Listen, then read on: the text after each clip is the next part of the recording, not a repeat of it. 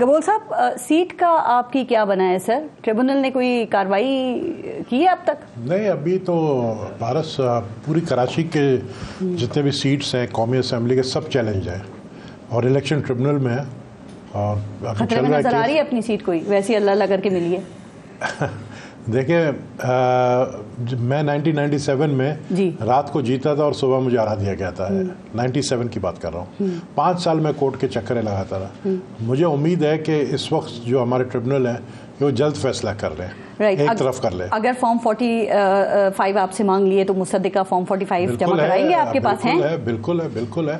Form 45 بھی ہے، form 47 بھی. اب یہ پتہ نہیں کون سے فارم 47 کی بات کرتے ہیں، کیونکہ فارم 47 ان کے پاس بھی ہے اور ہمارے پاس بھی ہے، اور یہ ہمیں کہتے ہیں یہ فارم 47 والے ہیں. تو پھر آپ لوگ کون سے فارم والے ہیں؟ مطلب ان کو فارم 45 کا فارم 47 ملتا ہے جو کہ آپ کا رزلٹ بتاتا ہے، سب کا رزلٹ بتاتا ہے. تو یہ ٹھیک ہے. اب وہ ٹریبونل میں مصدقہ فارم 45 والے کی بات کرتے ہیں جس کے پاس مصدقہ فارم 45. اب یہ فیصلہ کریں گے نا کہ ان کے پاس، آپ کے پاس ہیں، ہمارے پاس مصدقہ، ان کے پاس مصدقہ ہے ہی نہیں ہے. ٹھیک. اچھا، لیکن آپ کو لگتا ہے کہ اگر یہ ٹریبونل سے کارروائی شروع کی، کیسز لگے اس میں، تو پھر کچھ سیٹیں ادھر کی ادھر ہو سکتی ہے؟ ویسے میں سمجھتا ہوں کہ دیکھیں پورے پاکستان میں چیلنج ہوا ہے کیسز. اسلام آباد کا بڑا امپورٹنٹ ہے، 3 جو چیلنج ہوئے ہیں.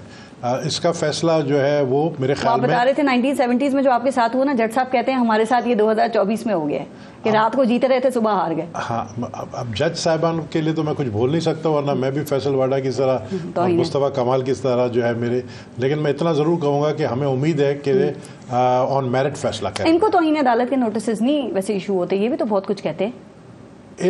آج کل تو یہ بلو آئی بوائے بنے ہوئے نا. اچھا، ہر اداروں کے پھر بھی ہر اداروں کے یا ایک ادارے کے؟ نہیں، یہ دیکھیں، میں سمجھتا ہوں کہ ہاتھی کے دانت دکھانے کے اور کھانے کے اور ہیں. ان کا یہ تو اس وقت بڑے نوازے گئے ہیں اور نوازے جا رہے ہیں، اور آنے والے دنوں میں بھی آپ انجوائے کر رہے ہیں. حکومت کے اتحادی آپ بنے ہوئے ہیں، 8 وزارتیں لینے پہ آپ کی بات چل رہی ہے، اور نوازے یہ ہیں. یہ نوازے صورت میں گئے ہیں کہ آپ اگر قومی اسمبلی کے اجلاس میں آئیں تو آپ دیکھیں گے کہ ماشاءاللہ جو ان کی سیٹ ہے 90 سے اوپر ہے.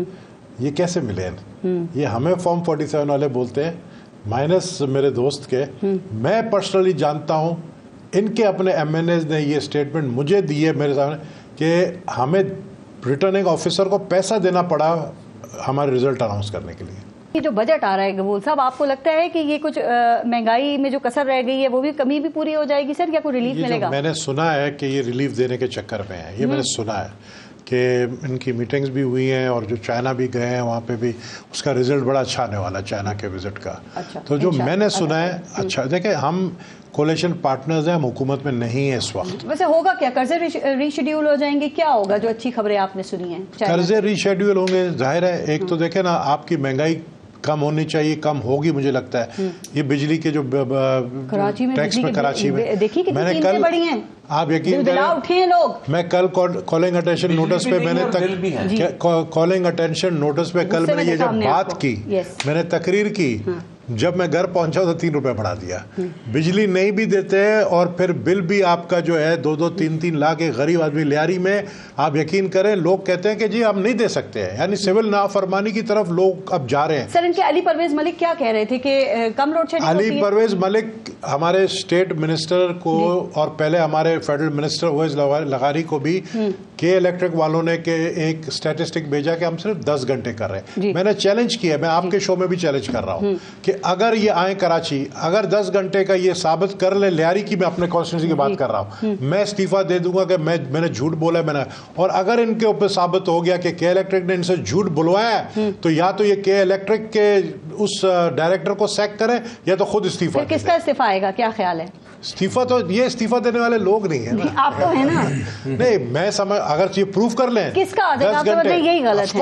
10 گھنٹے کیا 16-18 گھنٹے لے کو چھوڑے نا، ہیس کو کر لیں، گیپ کو کر لیں، پورا پاکستان. آپ تھیفٹ کو نہیں روک پا رہے. آپ پرابلم کیا ہے؟ پرابلم یہ ہے کہ جو بل دے رہے ہیں نا، انہی کے اوپر بہت زیادہ ڈالا جا رہا ہے. بجٹ تقریر سنیں گے آپ یا وہی کاپیاں پھاڑیں گے؟ بجٹ سنیں گے اس لیے چونکہ وہ ان کی پارٹی کے نہیں ہیں وزیر خزانہ، اس لیے سن لیں گے. نہیں، کیوں ان کی پارٹی کا؟ ہم سنیں گے، پھر ہم انشاءاللہ تعالیٰ ان کو چہرہ بھی دکھائیں گے کیونکہ اسحاق ڈار صاحب نے تو بڑے بلند بات دعوے کیے 2002 سے لے کر میں نے فسکل ڈیفیسٹ صفر کیا, اور جب وہ گئے اور وہ فسکل ڈیفیسٹ کیا دے کر گئے 2008 کا, وہ بھی ان کے سامنے رکھے گئے. اسٹینڈ بائی ایگریمنٹ مکمل کر کے گئے ہیں. ایسے کیسا بجٹ آ رہا ہے؟ واقعی نون لیگ نے بنایا ہے یا محمد اورنگزیب صاحب نے اپنی مرضی سے بنایا ہے؟ نہیں, نون لیگ نے بنایا ہے, اور ہم آبویسلی اتحادیوں کو بھی ساتھ لے کے چل رہے ہیں. بجٹ دیکھیں مشکل کام ہے کیونکہ آئی ایم ایف کا پروگرام ہے, آئی ایم ایف کے پروگرام میں ہمیں جانا پڑا, چاہتے نہ چاہتے آبویسلی. نہیں, آئی ایم ایف کی کچھ شرائط ہیں. دیکھیں آپ کی ٹیکس نیٹ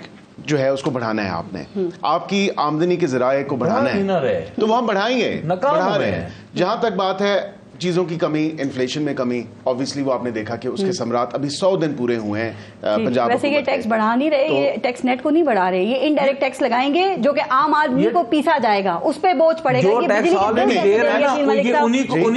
یہ بجلی کے بل عوام کیسے دے گی سر؟ ایک سولر انرجی سے کوئی فائدہ ہو رہا تھا, اس پہ بھی آپ ٹیکس لگانے جا رہے ہیں. اس پہ ٹیکس نہیں لگ رہا, اس کی بڑی وضاحت آئی ہے, اسٹیٹ منسٹر صاحب کی وضاحت آئی ہے, ایون فیڈرل منسٹر صاحب نے وضاحت دی ہے کہ جو سولر والا سارا معاملہ ہے, بیکاز میرے یہ اس میں اتنا نہیں ہے نالج, لیکن جنرلی اسپیکنگ انہوں نے آؤٹ رائٹ ریفیوز کیا ہے, اور انہوں نے کہا ہے کہ یہ ہم کوئی ٹیکسز نہیں لگا رہے, اور جو شمسی توانائی ہے اس کو ہم ایون کہ جب سستے ہوئے سولر کے سارے تمام تر پینلز یہ لگانے کے لیے, تو انہوں نے پروموٹ کیا اس چیز کو. وہ چاہتے ہیں کہ لوگ لگائیں اور یہ تھوڑا سا سسٹم یہ ادھر سے بھی چلے, بجائے اس کے کہ آپ صرف اور صرف پاور ہاؤسز سے ہی بجلی لے رہے ہیں. تو اچھی امید رکھی جائے بجٹ سے انشاءاللہ. عوام دوست بجٹ ہوگا, عوام دوست بجٹ ہوگا. ڈاکٹر صاحب کمی تو ہوئی ہے, وہ کہہ رہے ہیں مہنگائی کم ہوئی ہے, 11% آ گئی ہے. میں آپ کو بتاتا ہوں, سولرائزیشن پہ آنے کی وجہ سے جو لوگ جن لوگوں نے سولر نہیں ہے وہ بوجھ بھی انہی کے اوپر آ گیا ہے. جو لوگ سولرائزیشن پہ آ چکے ہیں وہ اپنا نکل چکے ہیں. اب آپ یہ بھی تو دیکھیں نا کہ وہ سارا برڈن بھی آپ ان پہ ڈال رہے ہیں جو آپ کے نیٹ میں ہے. رائٹ, اب ایسے نہیں چلے گا کہ اب سارے بلیم عوام کا ان کے اوپر آئے اور بعد میں آپ پھر گورنمنٹ جوائن کریں گے. اگر مہنگائی بم گرا, پیٹرول بم گرا, اگر بجلی بم گرا تو آپ بھی جواب دیں گے. ہم احتجاج کریں گے. اچھا, آپ اس وقت گورنمنٹ میں نہیں آئیں گے. ہم اگر انہوں نے مہنگائی کی, انہوں نے اگر یہ سب کی بڑھا دی, ہم احتجاج کریں گے. 8 وزارتیں لے کر بھی احتجاج کریں گے, آئینیوں کو لے کر بھی احتجاج کریں گے.